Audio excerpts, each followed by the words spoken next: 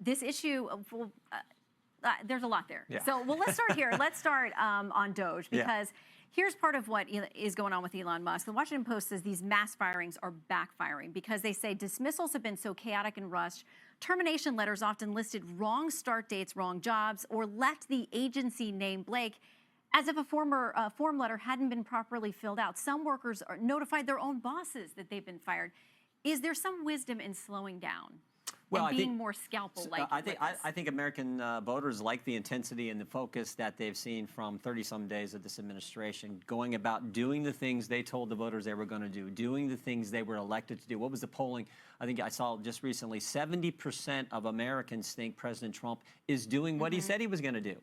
Imagine that. You ran for office, you put your name on the ballot, you said, I'm going to go do this. And one of the things he said he was going to do was get rid of the waste, fraud, and abuse and the stupid spending going on in the federal government. Instead of Democrats attacking the guy who's exposing the stupid spending, how about helping us get rid of the stupid spending? And most Americans say, yeah, that makes sense to me, particularly when they see some of the crazy things that their tax dollars were being used for.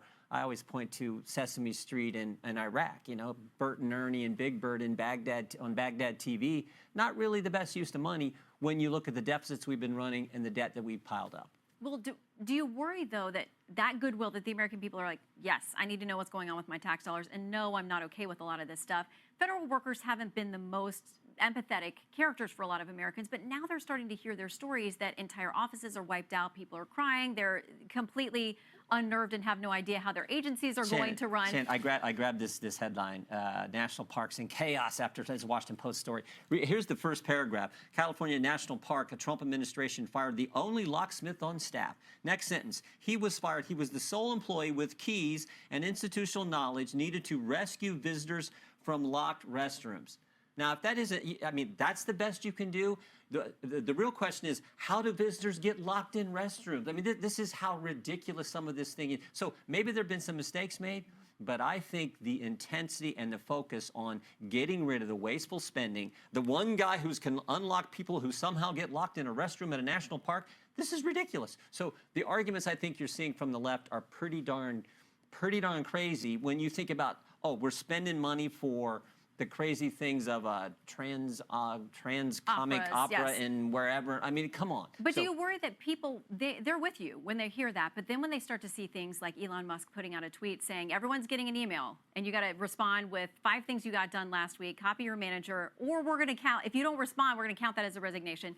That's probably not legal in the first place. But do you worry about losing the momentum? You can name the 5 things you did last week. I was in Israel last week. I know we met with the prime minister. We met with some of the opposition. We met with the speaker of the Knesset. We toured the kibbutzim where the terrible things happened in Rose, where the Bebas kids were taken and killed. I mean, we went up to the north and saw what Hezbollah. I mean, we had all kinds of. I can name 5 things I did, not to mention other things I did relative to things back here with our responsibilities as a member of Congress. So anyone can name 5. But if you're some federal worker working remote, you should be able to name those things too. So I don't think that's a big deal. But you know, people are saying, oh, you shouldn't do those kind of things. You can name the 5 things you were. I can. I'm sure. I can, but I'm not a federal worker, and I don't know who's going to feed through all of those responses. Maybe it's the manager who's copied. I don't know, but I wonder how many people. Or that's probably just another round of lawsuits because we have already got about 80 that we're tracking with regards to recent policy. I want to make sure that we get to foreign policy with you as well, though. As we're waiting for negotiations to come together on this rare earth minerals deal, you heard your colleague, Congressman Himes, saying it feels like, you know, some kind of mafia situation, like we're extorting people to try to get them to come to the table and agree to what we want them to agree to. Reuters has this. They say U.S. negotiators pressing key for access to Ukraine's critical minerals have raised the possibility of cutting the country's access to Elon Musk's vital Starlink satellite system. They go on to say it provides crucial internet connectivity to war-torn Ukraine and its military. Is that something that we should be threatening? Well, look, I don't know if that's the case. What I do know is President Trump has been clear. He wants to end the war. He wants to stop the killing. President Trump has, I think, a unique way of negotiating, and it's a way that typically gets results. I mean, you can look at the situation with Canada and Mexico and what he threatened, and then how they suddenly decided, well, Shazam, we're going to help you with securing the border. You can look at Israel in his first term. He campaigned on putting the embassy in Jerusalem.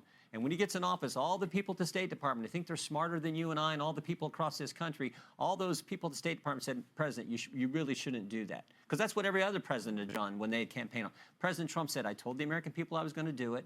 We're going to do it, and he did. And I would argue that laid the foundation for the Abraham Accords and all he got accomplished with Israel and in the Middle East. So I think he doesn't always operate in the most conventional way when it comes to negotiating, but the results speak for themselves. And he understands the billions of dollars taxpayers have given to Ukraine.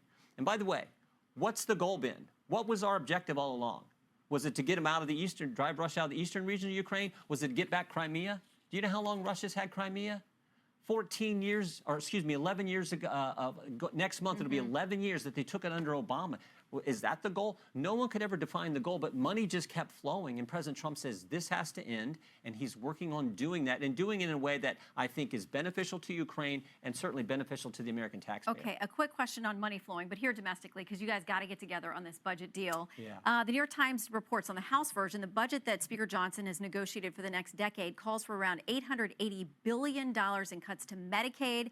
That's in an effort to counterbalance a portion of the tax cuts. That scares people when they hear that. Where do we get $880 billion out of Medicaid? Just, the focus has been clear. The president's been clear. Waste, fraud, and abuse we're going to look at. Is there enough of that to cover $880 billion? Well, we're going to look to find that. I do think we're not looking to make cuts to Medicaid, but certainly work requirements are something that I don't view as cuts. Work requirements are just common sense. You're an able-bodied adult, and you're getting a benefit from the government. There should be some requirement that you do work or volunteer work or something.